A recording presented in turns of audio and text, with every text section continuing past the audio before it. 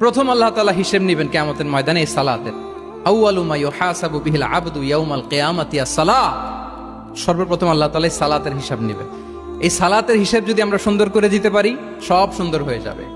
এবং ঈমান আর কুফরের মাঝে পার্থক্য হচ্ছে এই সালাত। আওয়াজ করে বলুন, ঈমান আর কুফরের মাঝে পার্থক্য কি? এটাতে কোনো ছাড় নাই, compulsory. Push yourself to offer Salah on time. এটাই আমাদের আইডেন্টিটি। মুসলিম আইডেন্টিটির প্রথম কথা হচ্ছে সালাত। যার সালাত নাই তার ঈমান নাই। আওয়াজ করে বলেন, যার সালাত নাই তার কি নাই?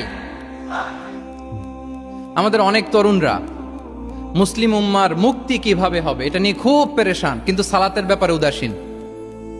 এরকম আছে না নাই? এটা হইল? এটা যায়? হ্যাঁ, যে ব্যক্তি মুসলিম উম্মার মুক্তি নিয়ে টেন্সড, সে সালাতে উদাসীন, এটা মেনে নেওয়া যায় না।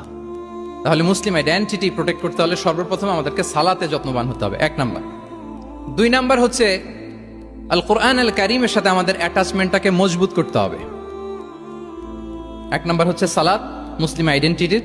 2 নাম্বার হচ্ছে কোরআন। আওয়াজ করে বলেন, 2 নাম্বার কি? কোরআনের সাথে আমাদের অ্যাটাচমেন্ট বাড়াইতে হবে। অনেকের কোরআনের ইন ডেপথ নলেজ অনেক ভালো, কোরআনের রিফ্লেকশন গুলো খুব ভালো জানে, কিন্তু কোরআন তেলাওয়াতের বেহাল দশা। এরকম আছে না? আবার আমাদের অনেক ভাইদের কোরআন তেলাওয়াত মাশাআল্লাহ খুব বিশুদ্ধ, কিন্তু তার আবার কোরআনের রিফ্লেকশন গুলো জানা নাই। দুইটাই আমাদের জন্য crisis. Recitation and reflection both are needed. দুইটাই লাগবে। যে প্রজন্ম কোরআন জানে না তারা কখনো সফল হতে পারে না। আই রিপিট, আমি আবারও বলছি, যে প্রজন্ম কোরআন জানে না তারা কখনো সফল হতে পারে না। তাহলে আমাদের মুসলিম আইডেন্টিটিকে যদি প্রিজার্ভ করতে হয়, প্রোটেক্ট করতে হয়, প্রথমে আমাদেরকে সালাতের ব্যাপারে সোচ্চার হইতে হবে, সচেতন হইতে হবে। 2 নম্বরে কোরআনের সাথে আমাদেরকে অ্যাটাচমেন্ট বাড়াইতে হবে। কোরআন যেমনি বিশুদ্ধভাবে আমার আবৃত্তি করতে, তেলাওয়াত করতে জানতে হবে, আবার কোরআনের রিফ্লেকশনগুলো, কোরআনের শিক্ষাগুলো আমাদেরকে জানতে হবে।